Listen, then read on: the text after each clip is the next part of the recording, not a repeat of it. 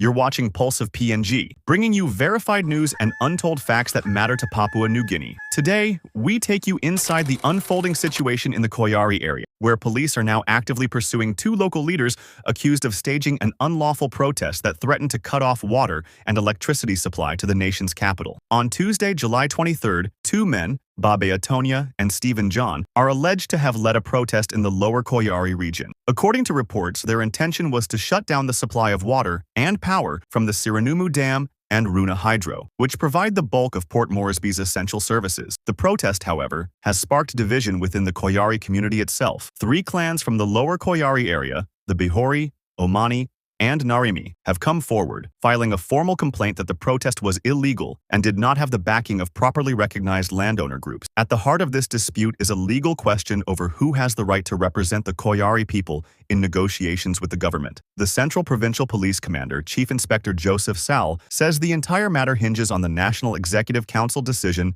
number 356 of 2013, known as NEC 356-13. This official decision recognizes specific landowner companies that are legally mandated to speak and act on behalf of the Koiari people. According to PPC Salle, Rodco Limited, the company headed by Babe Atonia, is not recognized under that NEC decision. In contrast, Stephen John's company, Sidco, is covered under the same decision, but his close collaboration with Rodco Limited has now raised fresh questions about the legality of their joint protest. Commander Salle explained that the complaint from the three clans claims the protest leaders have no legal standing, and that their attempt to shut down water and power was both unlawful and disruptive to thousands of innocent Papua New Guineans who rely on these services every day. As police officers, Salle says, their job is to investigate all complaints thoroughly to see whether the allegations hold up in law. He confirmed that a formal complaint has been registered and that his officers have been trying to contact Tonya and John to surrender voluntarily for questioning. The backstory here is deep-rooted. Koiari landowners have long voiced frustration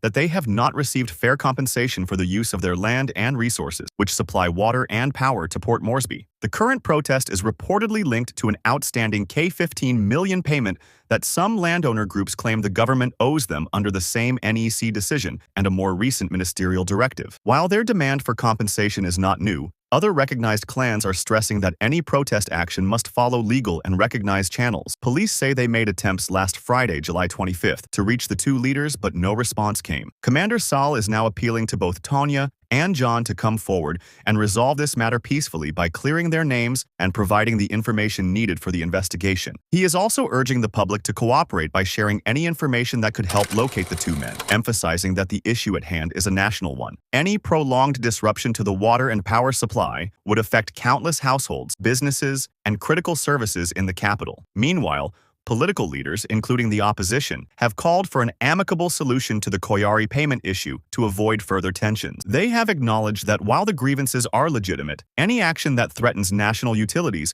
should never bypass proper legal channels. The recognized lower Koiari clans have distanced themselves from the protest and have called for the matter to be resolved through dialogue, proper leadership, and compliance with the law. As this story develops, PPC Salle has made one final appeal. Babe Atonia and Stephen John must surrender at the Central Provincial Police Headquarters and respond to the complaint filed against them. He says no one is above the law and that the police will continue to uphold peace, order, and the rights of all citizens who depend on essential services. This is Pulse of PNG. We will continue to monitor this situation and bring you updates as they come to hand. For now, the nation watches closely to see if the leaders in question will come forward and whether a long-running dispute over Koiari land compensation can finally find a fair and lawful resolution. Stay tuned, stay informed, and remember, verified news builds a stronger Papua New Guinea.